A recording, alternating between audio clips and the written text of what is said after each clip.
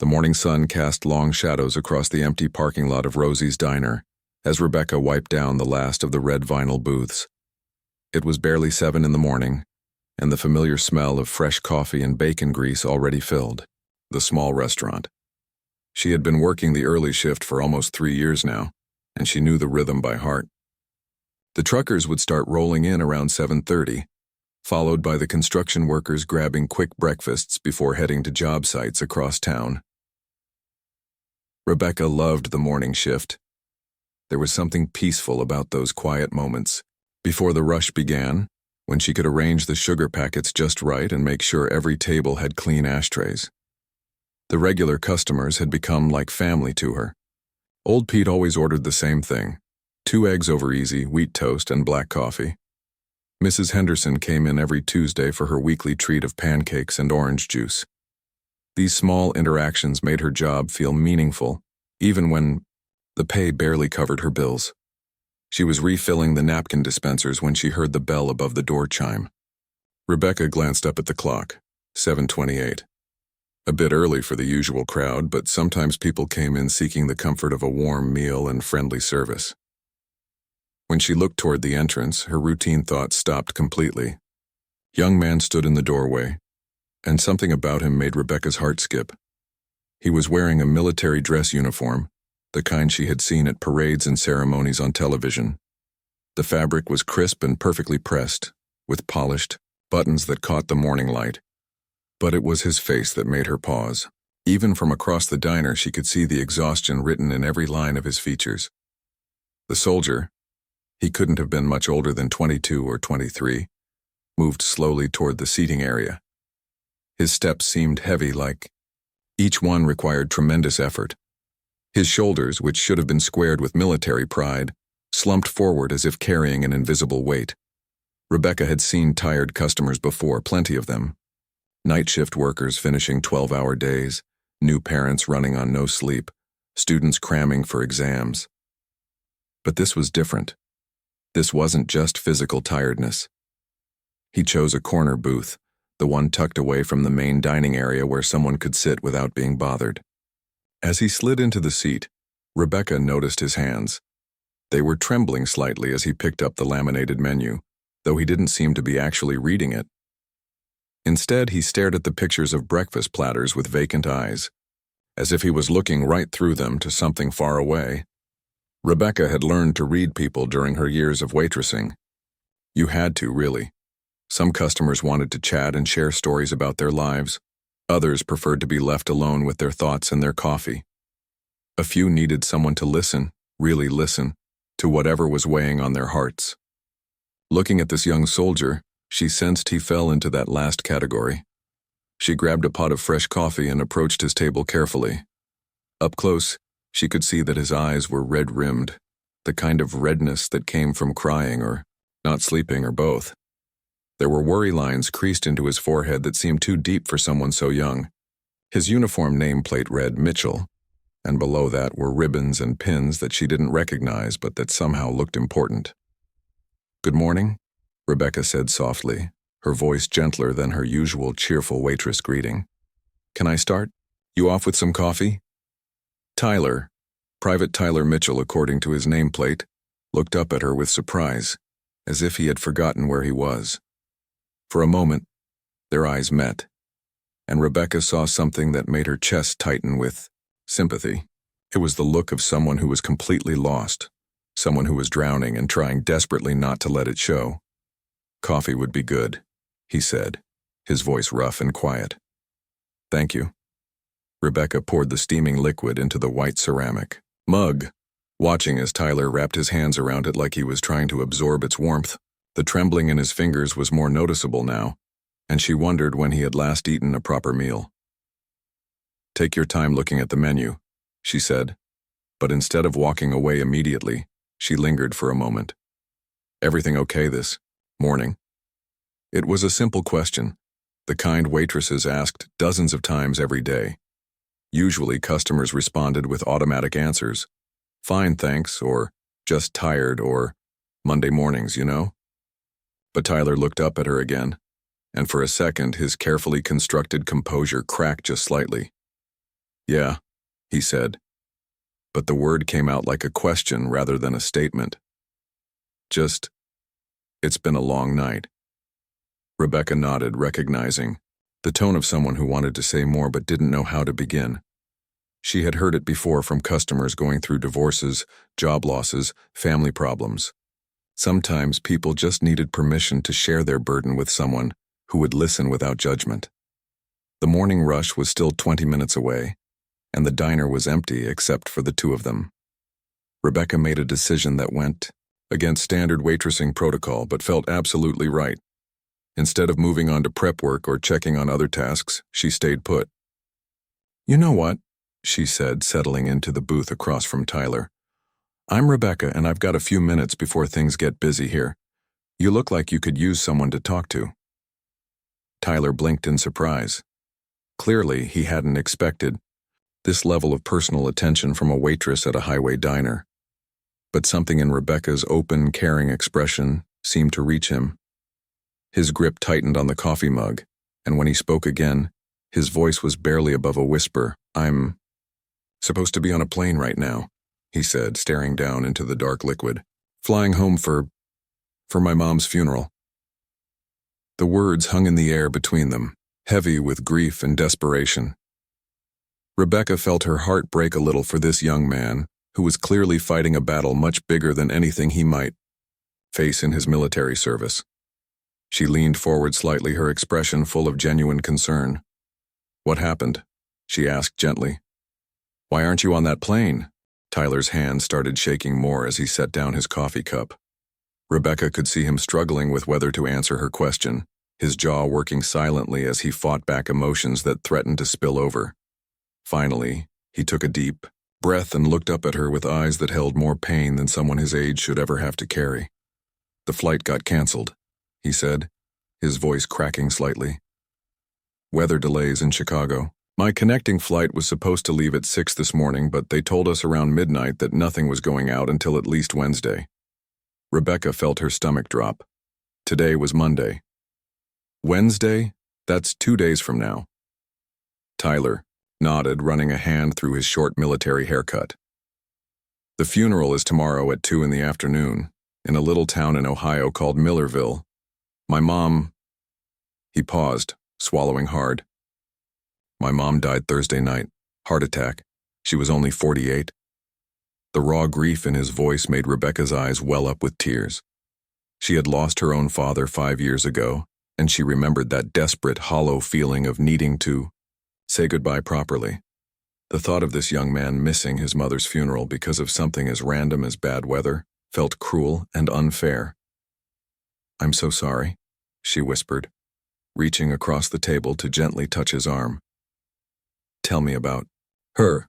Something in Rebecca's tone, maybe the genuine warmth or the way she seemed to have all the time in the world for his story, made Tyler's careful composure finally break. Tears started flowing down his cheeks as he began to talk. "She raised me, by herself," he said, wiping his eyes with the back of his hand. "My dad died in Afghanistan when I was 8. Car bomb. Mom never remarried, never even dated much. She said I was her whole world, that she didn't need anyone else as long as she had me." Rebecca listened intently, her heart aching for both Tyler and his mother. She could picture a young widow pouring all her love and energy into raising her son alone. "She worked 2 jobs to keep us going," Tyler continued, his voice getting stronger as he shared memories. "Cleaning offices at night and working at the grocery store during the day. She never complained, not once. When I told her I wanted to join the army, she was scared, but she supported me. Said she was proud that I wanted to serve my country, like my dad did." "She sounds like an amazing woman," Rebecca said softly. Tyler smiled through his tears. "She was. She sent me care packages every month, even though I told her not to waste money on shipping. Always included these homemade cookies that somehow stayed soft even after traveling halfway around the world. The guys in my unit used to joke that they were going to adopt her as their mom, too." Rebecca could see how much Tyler loved his mother, which made his current situation even more heartbreaking. She glanced around the empty diner, then made a decision that surprised even her. "Wait right here," she said, sliding out of the booth.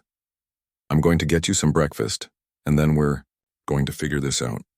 Tyler started to protest. You don't have to. Yes, I do, Rebecca said firmly. When someone's hurting this bad, you help them. Period. She disappeared into the kitchen and returned a few minutes later with a plate piled high with scrambled eggs, bacon, hash browns, and buttered toast. She also brought a glass of orange juice and refilled his coffee cup. I'm not really hungry, Tyler said, though his stomach growled loudly as soon as the food appeared. When did you last eat? Rebecca asked, sitting back down across from him. Tyler thought for a moment. Yesterday morning, I think, maybe some crackers on the plane. That's what I thought. Eat up. You can't think clearly when you're running on empty. While Tyler ate, Rebecca pulled out her phone and started making calls. She called the airline first, hoping maybe there had been a last-minute schedule change or an opening on another flight. The customer service representative was polite but unhelpful. All flights to Ohio were booked solid until Wednesday, and, even then, there was a waiting list. Next, she tried other airlines, spending nearly 20 minutes on hold with each one. Same story everywhere. The weather system had created a domino effect of delays and cancellations across the entire Midwest. What, about buses? Rebecca asked Tyler between phone calls. I checked last night, he said, fork pausing halfway to his mouth. There's one that leaves tonight at 11, but it doesn't get to Millerville until Wednesday evening. Same problem. Rebecca wasn't giving up. She called the local bus station anyway, hoping for a miracle or a schedule she might have missed. Nothing. She tried train services even though she knew there wasn't direct rail service to Tyler's hometown. She called car rental companies thinking maybe he could drive, but everything was booked due to the flight cancellations. As she made call after call, Tyler watched her with growing amazement. This woman, this complete stranger, was working harder to solve his problem than anyone he had ever met. Other customers had started filtering into the diner, but Rebecca kept making calls between taking their orders and serving coffee. You don't have to do all this, Tyler said during a brief break in her phone campaign. I know there's no solution, I just have to accept it. Rebecca looked at him with determination that reminded him of his mother. My dad always told me that giving up is the only real failure. As long as we're still trying, there's hope. She picked up her phone again and called information, asking for driving directions from their location to Millerville, Ohio. 423 miles. About 7 hours of straight driving. I could drive you, she said suddenly, the words coming out before she had fully thought them through. Tyler nearly choked on his orange juice. What? No, you can't do that. You don't even know me. I know you're a good person who loved his mother and wants to say goodbye to her properly, Rebecca said. That's enough for me. But your job, your life here. I've got vacation days saved up and my manager's a good guy. He'll understand. Tyler stared at her in disbelief. Why would you do something like that for a stranger? Rebecca was quiet for a moment, thinking about her answer. Finally, she said, because sometimes we get chances to really help someone, and those chances don't come around very often. When they do, we should take them. Tyler felt fresh tears coming, but these were different from the grief-stricken ones he had been crying earlier. These came from gratitude and amazement at the kindness of this woman, who had appeared in his life at exactly the moment he needed her most. I can't let you drive 850 miles round trip for someone you just met, he said quietly. Then, let's keep trying to find another way, Rebecca said, already reaching for her phone again. But Tyler, one way or another, you're going to make it to that funeral. I promise you that. As the morning rush began in earnest and Rebecca had to split her attention between helping Tyler and serving other customers, he sat in that corner booth, feeling something he hadn't felt since getting the news about his mother's death. For the first time in 4 days, he felt like he wasn't completely alone in the world. By 11:30, the morning rush was in full swing. Rebecca moved between tables with practiced efficiency, pouring coffee refills and taking orders, but her mind kept drifting back to Tyler. He was still sitting in that corner booth, picking at the second plate of food she had brought him. Even though he had eaten more than when he first arrived, She could tell he was forcing himself to do it rather than eating from genuine hunger. Between serving customers, she had continued making phone calls on his behalf. She called travel agencies, hoping they might have access to flights that regular booking sites didn't show. She even called a friend who worked at a different airline, asking if there were any employee standby seats available. Every conversation ended the same way. Nothing available until Wednesday at the earliest. Around noon, Tyler finally stood up from the booth. Rebecca was refilling salt shakers at a nearby table when she saw him approach the counter. He looked better than when he had first walked in, but there was still that deep sadness in his eyes that broke her heart. "I should probably head out," he said quietly, pulling out his wallet. "Thank you for everything you've done. I mean that. I've never met anyone like you." Rebecca waved away his money. "Put that away, the meal's on me. I can't let you pay for—" "Yes, you can," she said firmly, just like she had when she insisted he eat breakfast. "And Tyler, I'm not giving up on finding you a way to get there. I'll keep making calls this afternoon." Tyler's eyes filled with gratitude. "You've already done more than enough. More than anyone should have to do for a stranger." Rebecca reached under the counter and grabbed a napkin, quickly writing her phone number on it. "Take this. If anything changes, if you hear about a last-minute flight or if you just need someone to talk to, call me, okay?" Tyler took the napkin and carefully folded it, placing it in his uniform pocket like it was something precious. "Thank you, Rebecca. Really, I won't forget this." After he left, Rebecca found herself watching through the window as he walked to a beat-up Honda Civic in the parking lot. She wondered where he was staying, if he had anyone else to talk to, if he was going to be okay spending the next 2 days alone with his grief. The logical part of her mind said she had done everything she could for a customer, probably more than most people would have done. But her heart told her this wasn't over. The lunch crowd kept her busy for the next hour, but Tyler never left her thoughts completely. She found herself checking her phone every few minutes, hoping he might text or call with good news about finding a flight. During her smoke break, a habit she kept meaning to quit, she stood in the alley behind the diner and thought about calling the airlines one more time, just in case something had opened up. At exactly 2:07 in the afternoon, Rebecca's phone rang. She was wiping down a table that had just been vacated by a family with 2 small children who had left enough crumbs to feed a flock of birds.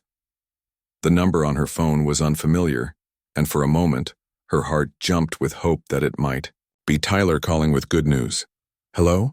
she answered, tucking the phone between her ear and shoulder so she could continue cleaning. "Is this Rebecca Chen?" The voice was crisp, professional, and definitely female. It carried an authority that made Rebecca immediately stand up straighter. "It's Rebecca Martinez," she corrected, confused. "Who is this?" "My apologies. This is Colonel Patricia Williams with the United States Army. I'm calling regarding Private Tyler Mitchell. I understand you had an interaction with him this morning." Rebecca's blood suddenly felt cold. Her first thought was that something terrible had happened to Tyler. Maybe he had been in a car accident, or maybe he had done something dangerous because of his grief. She had heard stories about people making permanent decisions during temporary pain. "Is he okay?" she asked quickly, her voice tight with worry. "Did something happen to him?" "Private Mitchell is fine," the colonel said, which allowed Rebecca to breathe again. "I'm calling because I need to ask you some questions about your conversation with him. Can you tell me exactly what he told you about his situation?" Rebecca felt even more confused now. Why would the Army be calling her about Tyler's travel problems? It wasn't like he had gone AWOL or anything. He was trying to get to his mother's funeral, not avoid military duty. "I don't understand," Rebecca said slowly. "Why are you asking about this? Tyler was just trying to get home for his mother's funeral. His flight got canceled." "Yes, I'm aware of the circumstances," Colonel Williams said. "Can you tell me about the assistance you offered him? I understand you made several phone calls on his behalf." Now Rebecca was starting to feel defensive. Was she in trouble for helping a soldier? Had she somehow interfered with military protocol by trying to help Tyler find alternative travel arrangements? "I just tried to help him find another flight," she said carefully. "Or a bus or train that might get him there in time. I didn't do anything wrong." No one is suggesting you did anything wrong, Ms. Martinez, the colonel said, and her tone softened slightly. In fact, quite the opposite. Can you tell me about any other assistance you offered Private Mitchell? Rebecca hesitated, wondering if she should mention her offer to drive Tyler to Ohio herself. It seemed crazy now, talking to this official-sounding military officer. What had seemed like a natural human response to someone in pain now felt impulsive and possibly inappropriate. I offered to drive him there myself, she admitted quietly. I know it sounds crazy, but he seemed so lost, and his mother's funeral is tomorrow. I couldn't stand the thought of him missing it because of bad weather. There was a pause on the other end of the line, and Rebecca could hear what sounded like papers rustling or someone typing on a keyboard. Ms. Martinez, how long? Have you known Private Mitchell? Colonel Williams asked. I don't know him at all, Rebecca said, more confused than ever. He came into the diner this morning around 7:30. I'd never seen him before in my life. Another pause. And you offered to drive a complete stranger 400 miles because... Rebecca struggled to put her feelings into words. How could she explain to this military officer that sometimes you meet someone who needs help, and helping them feels like the most important thing in the world? Because he needed help, she said simply. Because he lost his mother and he wanted to say goodbye to her, and that seemed like the most important thing in the world right then. I see, Colonel Williams said, though Rebecca couldn't tell from her tone whether that was good or bad. Ms. Martinez, what is your relationship to the military? Do you have family members who serve? My cousin did 2 tours in Iraq, Rebecca said. Why does any of this matter? What's going on? I appreciate your time, Ms. Martinez, the colonel said, neatly avoiding Rebecca's question. Someone will be in touch with you soon. Wait, Rebecca said quickly, but the line had already gone dead. She stared at her phone in complete bewilderment. What had just happened? Why was the army asking questions about her helping Tyler? And what did the colonel mean when she said someone would be in touch soon? Rebecca immediately tried calling Tyler's number, the one he had given her when she handed him her contact information. The phone rang once and then went straight to voicemail. She tried again with the same result. On her 3rd attempt, she left a message. Tyler, it's Rebecca from the diner. I just got a really strange phone call from someone claiming to be an Army colonel asking questions about our conversation this morning. Can you call me back and tell me what's going on? I'm getting worried. The rest of her shift passed in a blur of anxiety and confusion. Rebecca kept checking her phone, hoping Tyler would call back and explain what was happening. She considered calling the number that had shown up on her caller ID, but something told her that wouldn't lead to any answers. As closing time approached, Rebecca found herself looking out the window more and more frequently, half expecting to see Tyler's Honda Civic pull back into the parking lot. But the afternoon faded into evening and her phone remained silent. Whatever was happening, she was apparently going to have to wait to find out what it was. Rebecca's shift was supposed to end at 4 o'clock, but she found herself staying late to help clean up after an unusually busy lunch rush. It was almost 5 when she finally started gathering her things, her mind still racing with questions about that strange phone call from Colonel Williams. She had tried calling Tyler 3 more times throughout the afternoon, but his phone kept going straight to voicemail. The other waitress, Janet, was getting ready for the evening shift when she noticed Rebecca's distracted behavior. You okay, honey? Janet asked, tying her apron around her waist. You've seemed off all afternoon. Rebecca considered telling Janet about Tyler and the mysterious phone call, but it all sounded so bizarre when she thought about explaining it. Instead, she just shrugged. Long day. Weird customers. She was wiping down the coffee machine one last time when she heard a sound that made her stop dead in her tracks. It started as a distant rumble, like thunder, but it grew louder and more rhythmic. The sound was coming from outside and it was getting closer fast. Janet looked up from the register where she was counting change. What is that noise? Rebecca moved toward the front window, her heart starting to beat faster for reasons she couldn't explain. The rumbling sound was getting louder, and now she could identify it clearly. Helicopter rotors. But why would a helicopter be flying so low over their small town? Oh my God, Rebecca whispered, pressing her face against the glass. A military helicopter was descending toward the diner's parking lot. It was bigger than any helicopter Rebecca had ever seen in real life, with camouflage paint and official military markings on its sides. The rotors were creating a windstorm that sent napkins and plastic bags swirling through the air like a tornado. Janet rushed to join Rebecca at the window. Is that thing actually landing here? The few customers who were still in the diner had abandoned their meals and crowded around the windows. An elderly man in a trucker cap was taking pictures with his phone, while a young mother held her toddler up so he could see the helicopter better. This is like something from a movie, Janet whispered in amazement. Rebecca's mind was racing. The helicopter, the mysterious phone call from Colonel Williams, Tyler's unexplained disappearance. It all had to be connected somehow, but she couldn't imagine what possible reason the military would have for landing a helicopter at a small highway diner.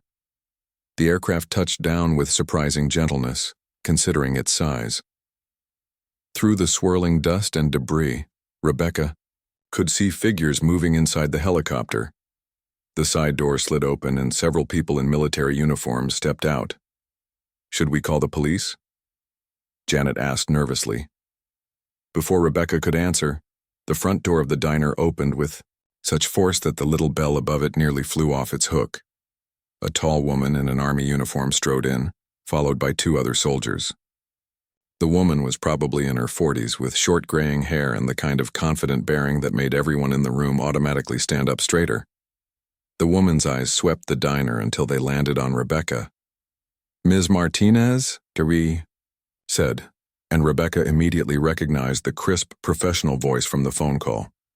"Colonel Williams," Rebecca managed to say, though her voice came out as barely more than a squeak. "That's correct," the colonel said, walking directly to Rebecca with purposeful steps. "We need to talk." Rebecca felt like she was in some kind of dream. Less than 3 hours ago, she had been making phone calls trying to help a grieving soldier find a way to his mother's funeral. Now there was a military helicopter in the parking lot and an army colonel standing in front of her asking to talk. It felt completely surreal. "Is Tyler okay?" Rebecca asked immediately. "Please tell me nothing happened to him." Colonel Williams's expression softened slightly. "Private Mitchell is fine. In fact, he's the reason I'm here." "I don't understand any of this," Rebecca said, looking around at the stunned faces of the other customers and Janet, who was staring at the scene with her mouth hanging open. "Perhaps we could speak privately?" Colonel Williams suggested, glancing at the audience they had attracted. Rebecca nodded and led the colonel to the same corner booth where Tyler had sat that morning. It felt like a lifetime ago instead of just 10 hours. Colonel Williams sat across from her, and Rebecca noticed that despite her professional demeanor, the colonel had kind eyes. "Ms. Martinez," the colonel began, "what I'm about to tell you might be difficult to believe, but I need you to understand why we're here." Rebecca nodded, not trusting herself to speak. "Private Mitchell called his base this afternoon to report his situation with the canceled flights. During that conversation, he mentioned the extraordinary kindness you showed him this morning. He told his commanding officer about how you sat with him, fed him, made phone calls on his behalf, and even offered to drive him 400 miles to his mother's funeral." Rebecca blushed. "I just did what anyone would do." Colonel Williams shook her head. "No, Ms. Martinez. What you did was exceptional, and it brought something important to our attention. You see, Tyler's mother wasn't just a civilian. She was one of us." "What do you mean?" "Linda Mitchell was a decorated Army nurse who served 3 tours in Iraq and Afghanistan," Colonel Williams explained. "She saved countless lives during her service, including several soldiers who are now commanding officers. She received the Bronze Star for her actions during a field hospital bombing in 2009. Rebecca felt her breath catch. Tyler had mentioned that his father died in Afghanistan, but he hadn't said anything about his mother being in the military too. "Tyler doesn't know this," Colonel Williams continued, "but his mother specifically requested that her military service not be mentioned in her obituary or funeral arrangements. She said she wanted to be remembered as Tyler's mom, not as a soldier. She was very private about her military career after she came home and focused on raising her son. "But why are you telling me this?" Rebecca asked, still confused about why. This information warranted a helicopter landing at her workplace. Colonel Williams leaned forward slightly. "Because the military takes care of its own, Ms. Martinez, and that includes taking care of the people who take care of us. When word reached the base commander about what you did for Tyler, about how you treated a grieving soldier with such kindness and compassion, it was decided that we needed to do something." Rebecca felt tears starting to form in her eyes, though she wasn't sure why. Tyler's mother dedicated her life to serving others, first as a combat nurse and then as a single mother raising a son who chose to follow in his parents' footsteps of military service. Today, you showed those same values of service and compassion to her son in his darkest hour. Colonel Williams reached into her jacket and pulled out a manila envelope. "The base commander has authorized special transport to ensure that Tyler makes it to his mother's funeral tomorrow, and he's authorized the same transport for you." Rebecca stared at the envelope in shock. "For me? I don't understand." "Tyler wants you there," Colonel Williams said simply. "He said you knew his mother better after one conversation than most people who knew her for years, because you understood what it meant to love someone enough to sacrifice for them. He asked if there was any way you could attend the funeral." Rebecca's hands trembled as she accepted the envelope. Inside were official travel documents and a letter on military letterhead. "There's a transport plane waiting at the regional airport," Colonel Williams said. "If you choose to accept this invitation, we can have you in Ohio in time for the funeral tomorrow afternoon." Rebecca looked around the diner at Janet, who was still staring in amazement, at the customers who were probably going to be talking about this day for the rest of their lives. Then she thought about Tyler, alone with his grief, and about his mother who had served her country and raised her son to be a good man. "What do I need to do?" Rebecca asked quietly. Rebecca stared at the travel documents in her hands, still trying to process everything that had happened in the last 30 minutes. The helicopter outside was still running, its rotors creating a steady thrum that vibrated through the windows of the diner. Colonel Williams sat patiently across from her, waiting for an answer that would change the direction of Rebecca's entire day, possibly her entire week. "How long do I have to decide?" Rebecca asked, though she already knew what her heart was telling her to do. "The transport leaves in 2 hours," Colonel Williams said. "It's about a 90-minute flight to Ohio, which will get you there with time to spare before the funeral tomorrow afternoon." Rebecca looked over at Janet, who had been hovering nearby, obviously trying to listen to the conversation without appearing to eavesdrop. When their eyes met, Janet hurried over to the booth. "Whatever this is about," Janet said firmly, "you should do it. I can cover your shifts for the rest of the week if I need to. But the diner will survive without you for a few days," Janet interrupted. "Rebecca, I've watched you help every customer who walks through that door for 3 years. You give people extra food when they can't afford it. You listen to their problems, you remember their names and their stories. If someone's offering you a chance to help that soldier boy you were so worried about, then you take it." Rebecca felt tears welling up in her eyes again.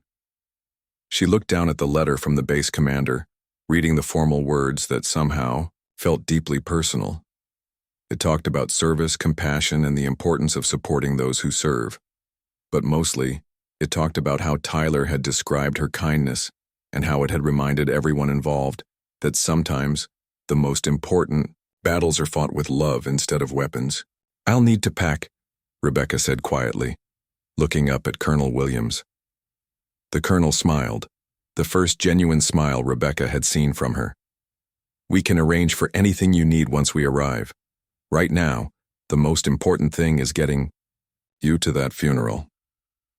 20 minutes later, Rebecca found herself walking across the tarmac of the regional airport toward a military transport plane that looked like nothing she had ever seen before. She had grabbed a small overnight bag and her best dress from her apartment, but mostly she was running on adrenaline and the strange feeling that she was living through someone else's life. The plane was loud and utilitarian, nothing like the commercial flights she had taken on the few occasions she had traveled, but the crew treated her with incredible respect, making sure she was comfortable and explaining everything that was happening. One of the airmen, who looked about Tyler's age, told her that word about her kindness had spread throughout the base, and that everyone was honored to help get her to the funeral. During the flight, Rebecca found herself thinking about Tyler's mother, Linda. She tried to imagine this woman who had served her country in war zones, saved lives under fire, and then came home to raise her son alone. She thought about the strength it must have taken to keep Tyler's father's memory alive while building a new life as a single mother. And she thought about Tyler, carrying the weight of losing both parents by the age of 22. The plane landed at a small airfield in Ohio just as the sun was setting. Rebecca was met by a military chaplain named Captain Rodriguez, who drove her to a modest hotel in the center of Millerville. The town was exactly what Rebecca had imagined when Tyler described it: small, quiet, the kind of place where everyone knew everyone else's business. "The funeral is at 2 o'clock tomorrow at First Methodist Church," Captain Rodriguez explained as they drove through the downtown area. "Private Mitchell specifically asked that you sit with him if you're comfortable with that." Rebecca nodded, feeling nervous butterflies in her stomach. She had never attended a funeral for someone she didn't know, and she wasn't sure what her role was supposed to be. But she remembered the look in Tyler's eyes when he talked about his mother, and she knew she wanted to be there for him. The next morning, Rebecca put on her best black dress and the simple pearl necklace her grandmother had left her. She had breakfast at a small cafe near the hotel, where the waitress mentioned that the whole town was planning to attend Linda Mitchell's funeral. She was something special, the waitress said, refilling Rebecca's coffee cup. Always volunteering at the school, helping folks who were struggling, and raising that boy all by herself after his daddy died. We're all going to miss her. At 1:30, Rebecca walked the 3 blocks to First Methodist Church. She could see from a distance that the parking lot was full and people were standing outside the building. As she got closer, she noticed that many of the attendees were in military uniform. These must be Linda's fellow veterans, Rebecca realized. People who had served with her and wanted to pay their respects. She was standing uncertainly at the edge of the crowd when she heard her name being called. She turned to see Tyler walking toward her, and for a moment she barely recognized him. He was still in his dress uniform, but he looked completely different from the broken young man who had stumbled into her diner yesterday morning. He was standing straighter, his eyes were clear, and when he saw her, his face lit up with genuine joy. "Rebecca," he said, reaching her and immediately pulling her into a hug. "I can't believe you're here. I can't believe they actually brought you." "I couldn't miss it," Rebecca said, hugging him back. "How are you holding up?" "Better," Tyler said, stepping back to look at her. "So much better than yesterday. And it's because of you." Before Rebecca could ask what he meant, Tyler was leading her toward the church entrance. "There are some people I want you to meet," he said. Inside the church, Rebecca was amazed by the number of people who had come to honor Linda Mitchell. The pews were packed with townspeople, military personnel, and what were obviously Tyler's extended family members. Tyler introduced Rebecca to his aunt and uncle, who thanked her repeatedly for helping their nephew, and to several of Linda's former colleagues from the hospital where she had worked as a civilian nurse after leaving the military. But the most moving introduction came when Tyler brought Rebecca to meet Sergeant Major Jackson, a grizzled veteran in his 50s who had served with Linda in Afghanistan. "This woman," Sergeant Major Jackson said, gripping Rebecca's hand firmly, "this woman understood what Linda was all about before any of us told her a single thing about her service record. Linda would have loved knowing that someone like you was looking out for her boy." The funeral service itself was beautiful and heartbreaking. Tyler spoke about his mother with a composure that amazed Rebecca, sharing stories about her strength, her humor, and her endless capacity to care for others. When he mentioned how Linda had always taught him that kindness creates ripples that spread far beyond what we can see, Rebecca felt tears streaming down her cheeks. After the service, as people gathered in the church hall for lunch, Tyler found Rebecca again. "I need to tell you something," he said, leading her to a quiet corner. "Yesterday morning when I walked into your diner, I wasn't just sad about missing the funeral. I was angry. I was angry at the Army for not getting me home in time, angry at the weather, angry at God for taking my mom. I felt completely alone. Rebecca listened quietly, remembering the devastation she had seen in his eyes. "But then you sat down with me," Tyler continued. "You listened to me talk about my mom. You tried to help me find a way to get here. You offered to drive me yourself. You treated me like I mattered, like my pain mattered. And for the first time since I got that phone call about my mom, I felt like maybe I wasn't completely alone in the world." Tyler paused, looking around the room full of people who had come to honor his mother. "My mom always said that the most important thing we can do is show up for each other. She said that sometimes just being present, just caring can change everything for someone. Yesterday you showed up for me when I needed it most." Rebecca wiped away fresh tears. "Your mother sounds like she was an incredible woman." "She was," Tyler said, "and I think she would have really liked you. You both understood that the most important battles aren't always the ones that make the headlines.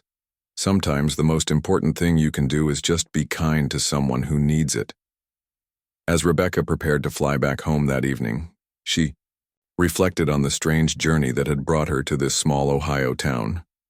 24 hours ago, she had been a waitress at a highway diner, living a quiet life serving coffee and listening to customers' stories. Now she had attended the funeral of a decorated war hero, flown on military transport planes, and discovered that sometimes the smallest acts of kindness can create the biggest changes.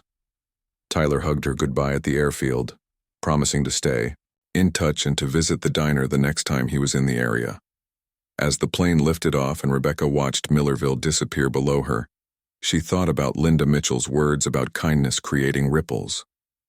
She wondered how many people Linda had touched during her years of service, how many lives she had saved, how many people had been made better by knowing her. And she thought about Tyler, and how a simple conversation over coffee and eggs had somehow connected her to a story much bigger than herself. Rebecca realized that we never know when our paths will cross with someone who needs exactly what we have to offer, whether that's a